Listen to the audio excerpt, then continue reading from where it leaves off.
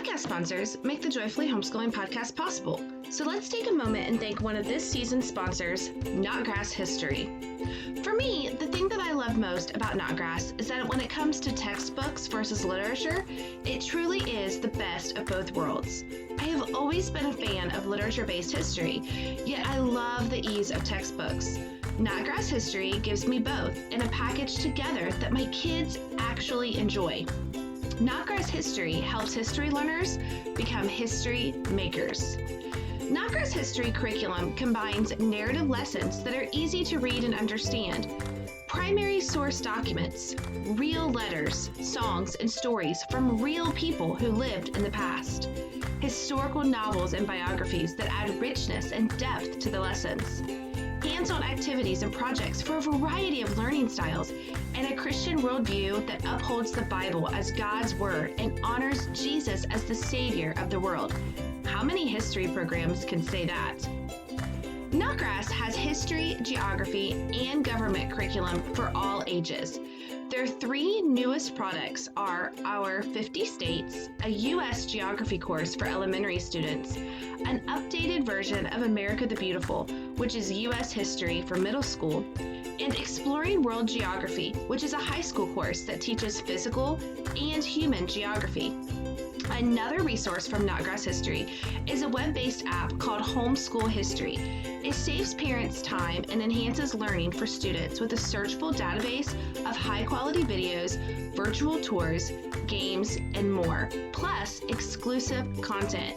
We have used so many of Knotgrass's courses through the years and have been absolutely blown away by each and every one of them, including Homeschool History. So, do you want to learn more about this amazing program? Visit knotgrass.com to get all the details and find out if Knotgrass History is right for your family. That's knotgrass.com to get all the details. Now, on with the podcast. Welcome to the Joyfully Homeschooling Podcast with our mom, Misty Bailey. Tips and encouragement for real-life homeschooling is headed your way. Hello, everybody, and welcome to the Joyfully Homeschooling Podcast. I am Misty Bailey, your host here today. And how is it going? As I record this, it is Labor Day weekend, and my sissy poo just had my brand new baby nephew. I shared a few pictures on Instagram if you guys want to check it out. He is the cutest thing ever. Like, so chubby and blonde, crazy hair.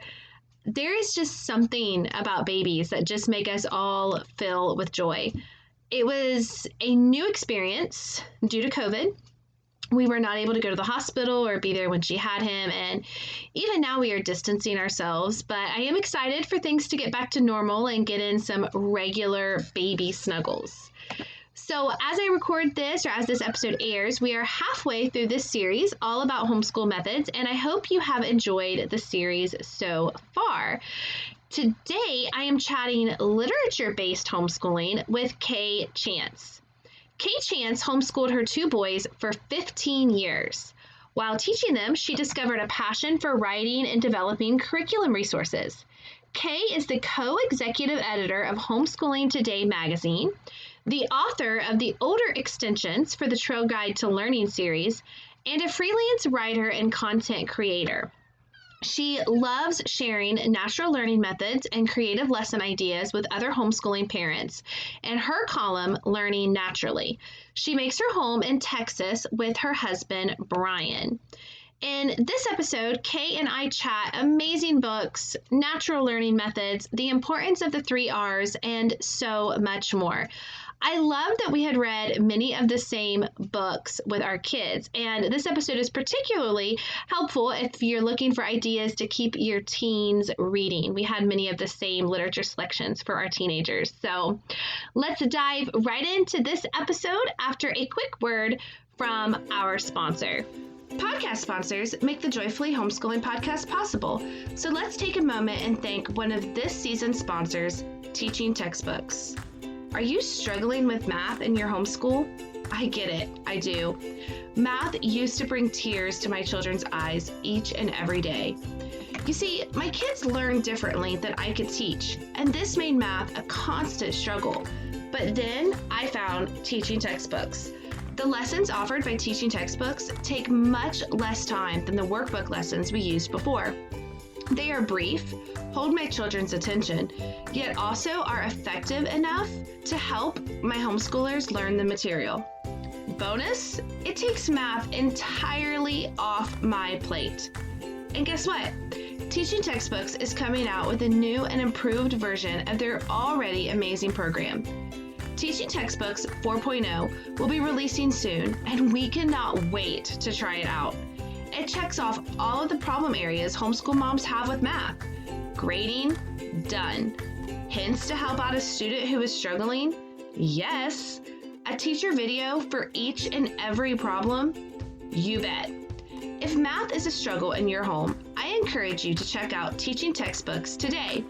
Head to findingjoyinthejourney.net/teaching textbooks to get a free trial of this amazing program. The independence and confidence Teaching Textbooks has given my children has made it the top choice for math in our homeschool. Here's that link again: findingjoyinthejourney.net/teaching textbooks. Be sure to get your free trial today. Now, on with the podcast. Hello, everybody, and welcome to the Joyfully Homeschooling podcast. So right now we're doing a series all about homeschool methods, and I am super excited to talk with the wonderful and grace-filled friend of mine, Kay Chance, because she's had to deal with the hot mess that I have been in as we get ready to record these episodes, and I am thankful for her and all she brings to the homeschool community. So how are you today, Kay? I am doing good. Thanks. Yeah. So for those who don't know you, can you introduce yourself to my audience? Sure. My name is Kay Chance, as she said, and we homeschooled for 15 years. My boys are actually both have graduated. My oldest is in graduate school, and he is finishing up his thesis and will be graduating this December. And my youngest has 2 classes left, and he will also be graduating in December with his undergraduate degree. So we're really excited. We're hoping that their graduation isn't the same day, but with the world being the way it is, it's probably going to be online anyway. So we will somehow make it to their graduations. Oh, well, surely not. That's what I keep telling myself. I keep telling myself, I'm like, this eventually has to end sometime. Yeah, it has to end sometime. So we did homeschooling. During my youngest son's senior year, I decided I would start blogging and all these ideas and things that we had done through the years and lessons and start kind of writing that out. But I'd also worked for Geography Matters they have a series called the Trail Guide to Learning series, and I wrote the middle school extensions, older extensions for that. And so I'd already been writing a little bit with them. And I just thought the blogging would be fun and interesting. And so after years of doing that, I started working with Homeschooling Today magazine. And now they're co-executive editor, and love that to continue to write, but also just work with other people and columnists. And we just have this incredible team to work with. So that's what I'm doing now. That is awesome. So today, like I said, we're going to talk about homeschooling methods and all of that. And I know you're going to be coming to it from the view of somebody who's already graduated your kids, but I think you have so much to bring to the table. I think that too oftentimes I know at least when I first started homeschooling, I looked at those moms who were at the tail end of it and thought that they kind of were, out of touch with what I was really going through. If I'm completely honest, and my friend Devon and I have talked about this on the podcast many times, that we didn't really take their insight or anything into consideration as much as we maybe should have, unless we were having a horrible day. Then we'd absolutely be like, hey, help us. But when they would try to tell us all the things like that they had learned, we didn't really listen a lot. And I think that is a mistake that a lot of moms coming into this homeschooling thing make. Now that I'm 11 years into it, I can see that happening over and over again. So I'm excited to talk with you and chat with you, because I think that right now there's such a market to new homeschoolers, and there are so many moms out there right now who are jumping into this because of COVID and really don't have any idea what different methods of homeschooling are. All they know is the traditional schooling approach. So that's one of the reasons I wanted to do this series. So can you first introduce ourselves to the method of homeschooling you used as you were homeschooling your boys? Yeah, I call it kind of natural learning methods. And having said that, we were very eclectic. We did what worked for each child, so that looked different according to the season we were in or the grade they were in, but kind of the overarching theme throughout, especially in the areas of language arts and writing and learning about history, was a natural learning approach. And that sounds kind of strange, like, oh, we're out in nature all the time. We're not. It's like 100 degrees outside already. So it's hot where I live. So we were not the family frolicking in the fields doing nature study all the time. Yes, we went on some nature hikes and things like that. But when I say natural learning, I'm talking about more of respecting the way kids are born learning. So, for example, we do not, when our kids are little, we're not trying to teach them how to speak by getting out this board book textbook, like here's the words you say. We just talk to them and they absorb that language naturally and they make mistakes, and it's adorable when they're little. So that's kind of the idea behind it. We're already looking for the clues of the way that they are designed to learn from the day they are born. Yeah, I love that. So had you heard of that method of homeschooling before? Like, what kind of made you choose that direction to take your homeschool? Well, actually, no, because I was a public school teacher. So I was coming out, when I started, very traditional mindset. But having said that, I also love to read and learn about something. So once we decide to homeschool, I'm reading all these books. And of course, every book you read on homeschooling is the way to teach children, And so I picked something that was very popular at the time, but it wasn't a good fit for my son. And when I realized that, I continued kind of that reading and that search. And I read some books by Dr. Ruth Beechick, and then also some books about Charlotte Mason philosophy. And I think putting those together, when I'd read Dr. Beechick's books, I just thought, this makes sense. It's not, it really respects a little slower pace, a little more relaxed, more combining of subjects, and it didn't feel so overwhelming. But common sense was the word that kept coming to my mind. That's interesting. I like that. So what did a day in your homeschool look like as you were, homeschooling your kids?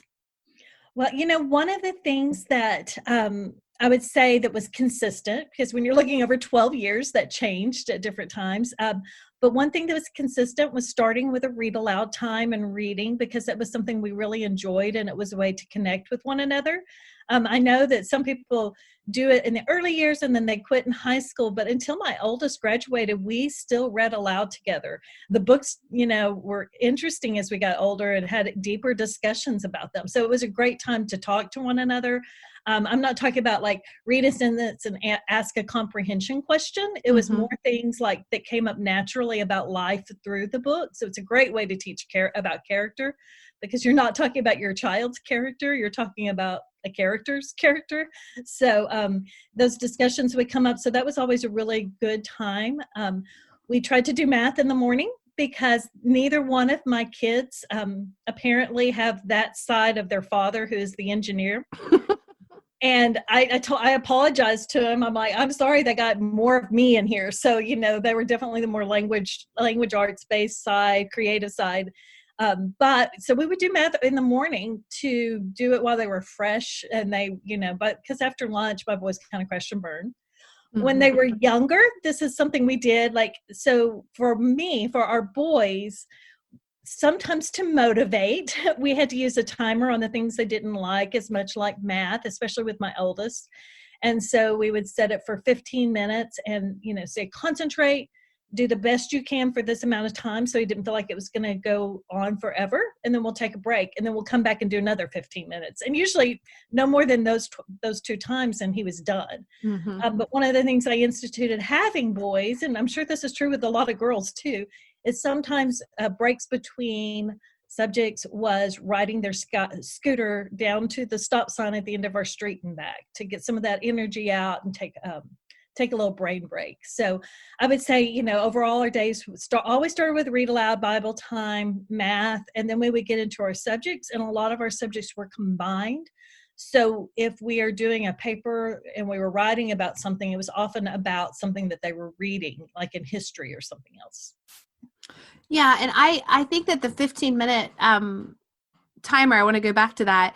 What I have found, and you can tell me if you think so too, is that if you don't set that timer, then they sit there forever and drag it out. That is the best way to knock out something they don't like to do quickly, because they will give you all that focus they can if that's all that they feel like they have to work on at that minute. Exactly. If they feel like it's going to go on and on forever, I know it doesn't make sense. As an adult, we might go, well, just get it done. But that's not the way a child's mind always works. They need to know there's an end in sight. Yeah. My son is this exact same way. And even my daughters with math, it must just be math. I think we should just get rid of all of it. My oldest would be like that. I'd be like, focus for 15 minutes, get what you can get done, and then get up and move around. And it really helped. I mean, it was one of those wise moms who gave me that suggestion. Do you know, though, I am pretty much like my children. Most of the things that I got irritated with them, it was because they were just like me. And so I had that tendency. It's like the getting started. And I don't know that she's really popular anymore, but when I was a young mom, it was something called Fly Lady. And she would say, just 15 minutes, start cleaning for 15 minutes and just set the timer. And so I kind of got that from my own life, and about set a timer for 15 minutes. You can do anything for 15 minutes. Yeah, you really can. It's genius. So, Kay, what resources would you recommend for someone getting started with this method of homeschooling? I would say for like the K through third, the early elementary years, I really like Dr. Ruth Beachick's book, The 3 R's. It's just a really simple guide to teaching reading, writing, and arithmetic. A lot of guidance for parents. Now, that doesn't mean we didn't use some written curriculum and came up with all of our lessons, but it really gave me at least an idea of how I wanted to approach those subjects, even when we were using a different curriculum resource. And then once they hit the 4th grade, she has another book called You Can Teach Your Children Successfully. I love that book by Dr. Beachick. And once again, it just gave me the confidence of kind of how to teach a lot of these things. And I would start kind of writing my own lessons. The other one I like is Karen Androla has a book about the Charlotte Mason method. And off the top of my head, I can't remember the name of it, but obviously you can put that in the show notes. But it was just kind of this great overview of the ideas of Charlotte Mason. And I loved the idea of habit training, so that you get your kids in good habits of learning from the very beginning. Some of the ideas about the short lessons came from that, not making lessons go too long for young people. And then I also really enjoyed the wholehearted child. Educating the Wholehearted Child by the Clarksons was really good too. Yeah, I think anything. I'm going to confess something, and it's going to make me sound like a horrible homeschool mom, but I've never read any of Ruth Beachick's books. I've heard of them, but never read them. That's all surprising. And I don't, she's not talked about as much today. And I think it's a real shame, because there are some great nuggets of truth in there, but just the way, like I said, a very common sense approach. And, I work for a company that our curriculum is based on the Trail Guide to Learning series for the elementary years. It is based on her methods. Debbie Strayer, who wrote that with Linda Fowler, Debbie was mentored by Ruth. She called Ruth at the time, and they were able to talk about a lot of these things. And so it's kind of this lost art form. And, that's why I'm so passionate about it. It's so good, and it makes so much sense. And because that Sally Clarkson book is talked about a lot, like the Clarksons. And I love Sally. I love her books. And I've heard of Ruth Beachick, but it's one of those books that, like I said, it's like you hear about it, but it's almost like, and I'm going to make myself go back and read it, even though my kids are older, because I've heard a lot of moms who have been on this journey for a long time read it. And I think right about the time I started homeschooling is whenever these more modern approaches kind of probably started coming out. And I think that those books from her maybe kind of fell from the wayside a little bit, but I've heard a lot of good things about it. So thank you for that. Another question I had, whenever you were talking about reading aloud with your boys and that you did it even as they got older, what do you think was some book recommendations that you would recommend moms read with their kids, even like maybe some of those that was favorite whenever they were little, but some good read alouds for when they were older too? Because I do think too often times we stop when they get to that age. And it's one of our favorite things to do now is read with my kids. And I kind of cheat a little bit and do audiobooks so it doesn't feel like it's mommy reading to these teenagers. Yes. But the talks that we have after listening to these books are, you can't beat them. You can't replace them. No, and we kind of picked up a family vocabulary from books. It's something we would catch our attention, and we would quote it to one another. So one of the books I recommend that, with older boys, we really enjoyed, especially my youngest, loved dystopian literature. So reading The Giver was such a great book, and the movie's pretty well done too. So that's a fun thing to compare and contrast and think through. But like with The Giver, they kept saying precision of language. So we would laugh because my oldest son would say something, especially him. He would say something and my youngest son would look at him and go, precision of language, please. We would just do those little things that we had picked up. And so it was kind of funny how you can bond as a family over books through the discussions, and just becomes a part of your family history or those things that you call upon your culture. That's what I was trying to think of, your family culture within, it's almost like your inside joke. So we loved The Giver. We loved The Hunger Games, and I know that's a little controversial among some homeschoolers. Listen, but we loved it because we are a huge Hunger Games fan. Yeah. And, talk about great discussions. You look at what the world looks like today and make those comparisons. I think often when we're critical of books, it's because if we're just reading them, maybe some of those things aren't great. But if we're talking about them and go, how much is that like our world today? What are the dangers in it? And, I had a friend say, I hate it. You've got children killing children. I was like, all over the world, this happens. And we don't want to close our eyes to it. So I think any books that lead to those kind of discussions are worthy of our time within reason. I can't stand a book with a lot of cussing in it. I just don't want to fill my mind with those things, or really inappropriate scenes, but hard things. I'm not afraid of hard topics. Yeah, absolutely. And my girls have read The Giver. I have not, but they read it and watched the movie. I did watch the movie with them, and they've been asking me to read it. So I need to do that. But The Hunger Games, like, we've had so many talks about that. And I think that too often times we don't want to talk about those hard topics, or don't want to introduce our kids to those hard topics. But if we don't do it now while they're in our home and have these discussions with them, or read it alongside them, that's one thing that, like, I read them first and then read them with my girls. And my girls are 13 and almost 16. And it's something that we have, that we've bonded over and we've talked about, and we did like a big Hunger Games party. And, I think that we need to find a way to connect with our older kids. Absolutely. And good books is a really good way to do that.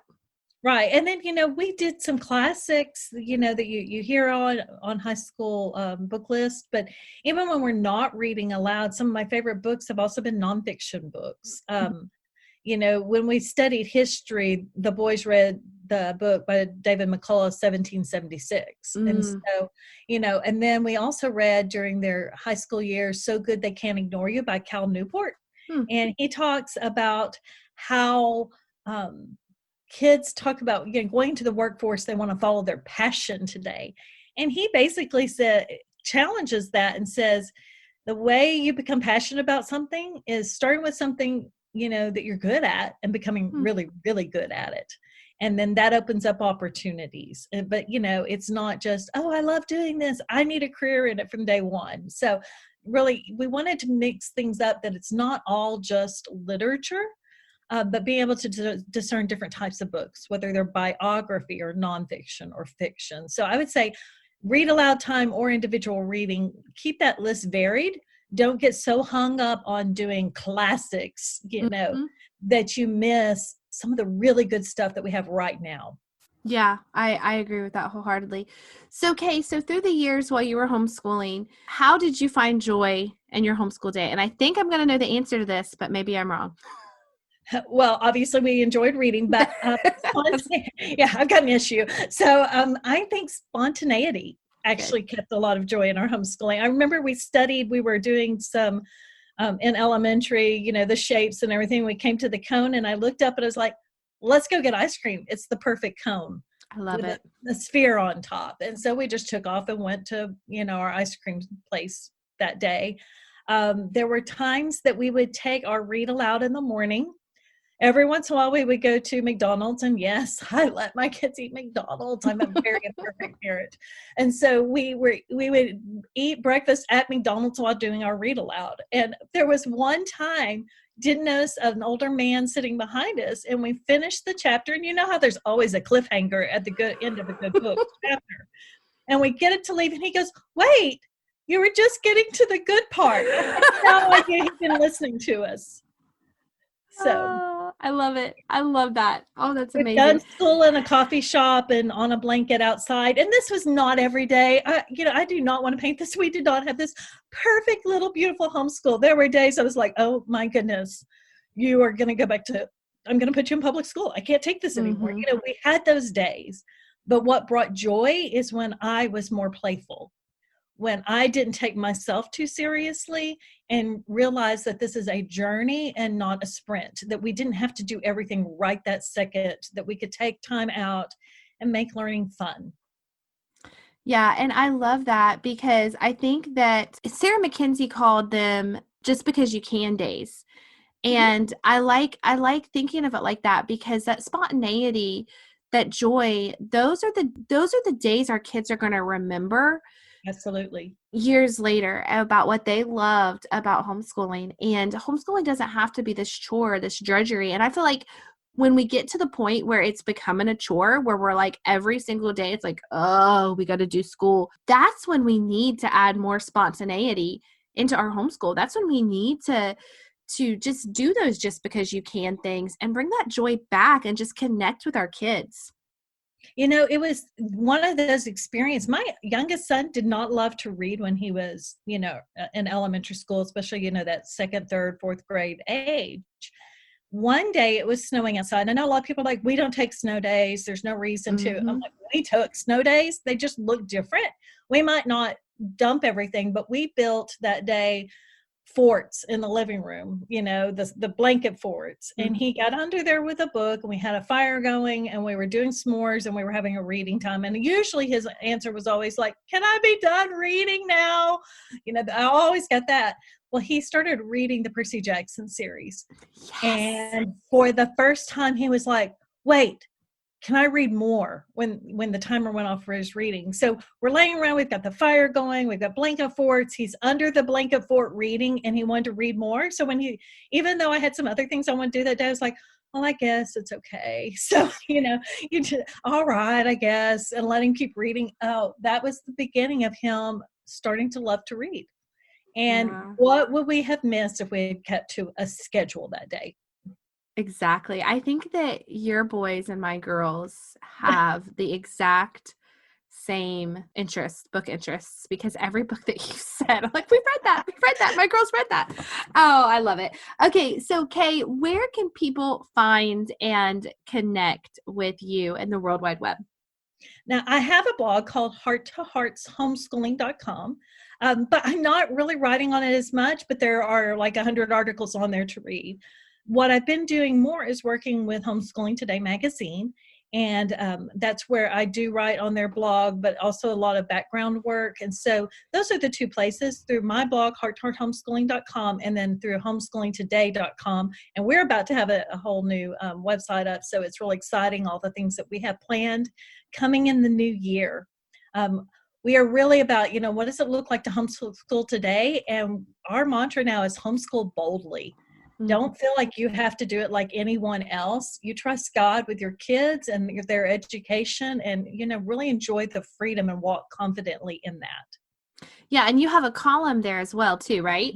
It's called Learning Naturally. So naturally. And so we're going to be talking a lot more about these things that make learning, just enjoying learning naturally, not always having to have a curriculum to teach something. Yeah, I love it. I think that's something that we need in the homeschool community as well. I know when I first began homeschooling, I subscribed back when you could get print magazines. Yes. Can you get print magazines of homeschooling Yes. today?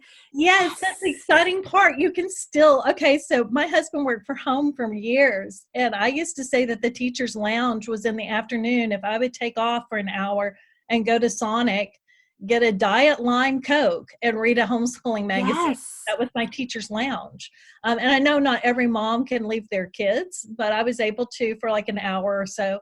But, you can find that spot in your house and have, the kids can go to their room for a while and you can have a little teacher's break. Yeah. Magazine's a great way to do that.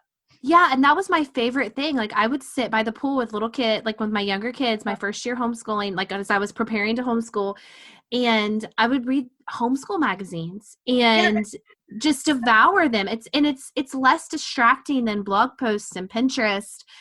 And I miss that. I didn't know you guys still had a print magazine. Oh, yes, we do. Yeah, it's actually 3 times a year it's print, and then there's always a free digital issue. So you can still get the information. We're going to a format that's even easier to read. But I will say there's nothing like holding a magazine. I laughed at we live in an Air Force town, and a young airman that we've kind of adopted into our family, he goes, "I bought a cookbook." And he was so excited. He goes, "It's so hard going onto the web and you're trying to collect all these recipes." Mm-hmm. And so I think that's the way it is with magazines. Maybe we'll see this full circle to realize there's more to the experience when you've got something that you can hold in your hands. So absolutely. It makes you feel more connected. Yeah. I love it. All right. Well, Kay, this has been wonderful. Thank you so much, my friend, for taking the time to chat with me today. I really appreciate it. And we will leave links to everything that Kay mentioned in the show notes at joyfullyhomeschooling.com. So you have a blessed and wonderful day, my friend. Thanks. I'm so glad that you asked me. Yes. Bye-bye. I'll talk to you later. Bye.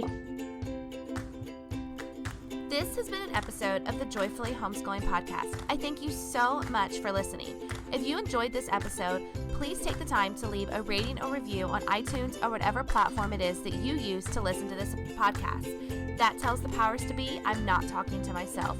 Also, hit subscribe. Then you will catch every episode of the Joyfully Homeschooling Podcast each week right there in your podcast feed. You can find show notes and more at joyfullyhomeschooling.com and clicking on the episode number of the episode you are looking for. Thanks, guys. I hope this podcast encouraged you to head out there and have a more joyful homeschool.